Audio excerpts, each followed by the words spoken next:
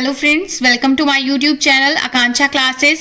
आज मैं आप लोगों के साथ डिस्कस करने वाली हूँ सोल्यूशन चैप्टर के बारे में। सोल्यूशन चैप्टर का बहुत इंपॉर्टेंट टॉपिक है मोलैरिटी एंड नॉर्मलिटी। तो उसके बारे में आज हम डिस्कस करेंगे। मोलैरिटी क्या होता है, उनमें क्या डिफरेंस होता है और उनका फॉर्मूला क्या होता है और आप कैसे फाइंड करेंगे मोलैरिटी, और उसकी कुछ इंपॉर्टेंट और टिप्स बताऊंगी जिससे कि आप कभी गलतियां नहीं करोगे। तो सबसे पहले हम देखते हैं मोलैरिटी के बारे में। मोलैरिटी इज इक्वल टू होता है हमारा नंबर ऑफ मोल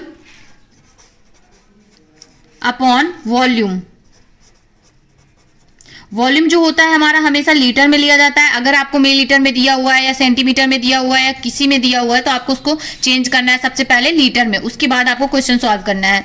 अब नंबर ऑफ मोल हम कैसे फाइंड करते हैं, तो नंबर ऑफ मोल जो होता है, number of mole is equal to होता है वेट अपॉन मॉलिक्यूलर वेट।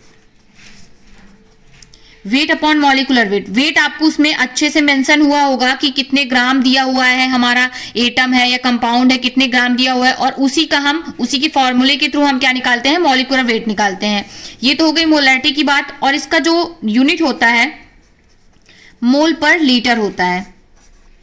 मोल पर लीटर इसका यूनिट होता है और ये आपका फॉर्मूला है number of mole upon volume in litre. और नंबर ऑफ मोल कैसे फाइंड करते हैं, वेट अपॉन मॉलिक्यूलर वेट से। ये हो गया हमारा मोलैरिटी। अब बात आती है मोलैलिटी की। जो मोलैलिटी होता है उसमें भी number of mole upon weight of solvent होता है।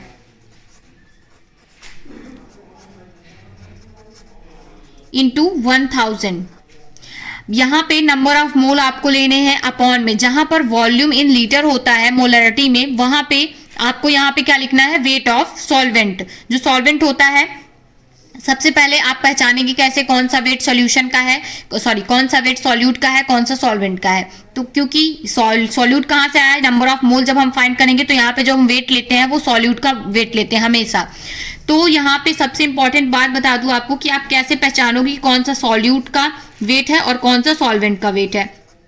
तो जैसा आप लोगों ने थोड़ा सा सुना ही होगा इसके बारे में कि जो सॉल्यूट होता है वो कम मेजरमेंट होता है। मतलब यहाँ पे जो सॉल्यूट होता है हमेशा कम मात्रा में पाया जाता है और इसकी जो सॉल्वेंट होती है उसकी क्वांटिटी उसमें हमेशा ज्यादा होती है। अगर आपको दिया है 16 ग्राम एंड 50 ग्राम, तो 50 ग्राम जो होगा वो 16 से बड़ा है तो वो हमारा हो जाएगा सॉल्वेंट का वेट, और सॉल्यूट जो होगा हमारा वो कम वाला हमेशा होगा। तो इस तरीके से आपको यहाँ पे फाइंड कर लेना है। और इसका जो हमारा यूनिट होता है, यूनिट इज इक्वल टू होता है इसका मोलल। ये आपका इसका यूनिट होता है और मल्टीप्लाई में 1000 है, ये आपको भूलना नहीं है, ये हमेशा याद रखना है। अब हम बात करते हैं नॉर्मेलिटी की। तो जो नॉर्मेलिटी होता है उसमें बहुत बार कंफ्यूजन्स होते हैं, तो इसको थोड़ा सा एक्सप्लेन करके पढ़ेंगे। तो यहाँ पे सबसे पहले मैं इसका फॉर्मूला बता दूं। नॉर्मेलिटी इज इक्वल टू होता है नंबर ऑफ इक्विवेलेंट वेट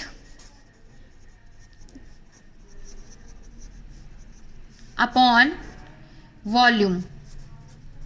अब हमारा नंबर ऑफ इक्विवेलेंट वेट क्या होता है, जो हमारा नंबर ऑफ इक्विवेलेंट वेट होता है वो होता है वेट अपॉन इक्विवेलेंट वेट। अब इक्विवेलेंट वेट हम कैसे फाइंड करते हैं, उसके लिए आपको सबसे पहले जानना होगा कि बेसिसिटी क्या होती है, एसिडिटी क्या होती है। जो हमारा बेसिसिटी होता है यहाँ पे जस्ट रिवर्स होता है। बेसिसिटी हमारा हमेशा एसिड के लिए होगा। अगर हमें क्वेश्चन में H2SO4 दिया हुआ है, वो एसिड है, तो उसकी हमें बेसिसिटी फाइंड करनी होगी। और अगर वो एसिडिटी दिया हुआ है तो वो हमारा क्या होगा, बेस। जैसे हमें NaOH दिया है, NH4OH दिया है, तो ये हमारे क्या होते हैं, बेस होते हैं। तो उसके अकॉर्डिंग हमें उसकी एसिडिटी फाइंड करनी होगी। तो यहाँ पे और एक चीज बता दूं आपको, बेसिसिटी सबसे ज्यादा गलती यहीं पे होती है। आपकी बेसिसिटी कैसे फाइंड करेंगे और एसिडिटी कैसे फाइंड करते हैं। तो बेसिसिटी जो होती है, अगर हमें HCl दिया हुआ है, यहाँ पर नंबर ऑफ हाइड्रोजन, बहुत ही ईजी मैथड है, इस तरीके से आप फाइंड कर सकते हैं और गलती भी नहीं करेंगे। यहाँ पे HCl हमारे पास नंबर ऑफ हाइड्रोजन जितने होंगे उतनी ही उसकी क्या होती है, बेसिसिटी होती है। तो यहाँ पर इसकी बेसिसिटी हो जाएगी 1। अगर H2SO4 दिया हुआ है तो उसकी बेसिसिटी हो जाएगी 2। अगर H3PO4 दिया हुआ है तो इसकी बेसिसिटी हो जाती है 3।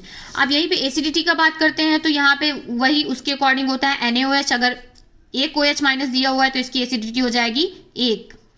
और अगर हमें दिया हुआ है MgOH का होल ट्वाइस, तो यहाँ पे नंबर ऑफ OH माइनस कितने हैं, 2, तो इसकी एसिडिटी हो जाएगी आपकी +2। तो इस तरीके से एसिडिटी और बेसिसिटी फाइंड कर लेते हैं और यहाँ पे आपका इक्विवेलेंट वेट आसानी से निकल आता है।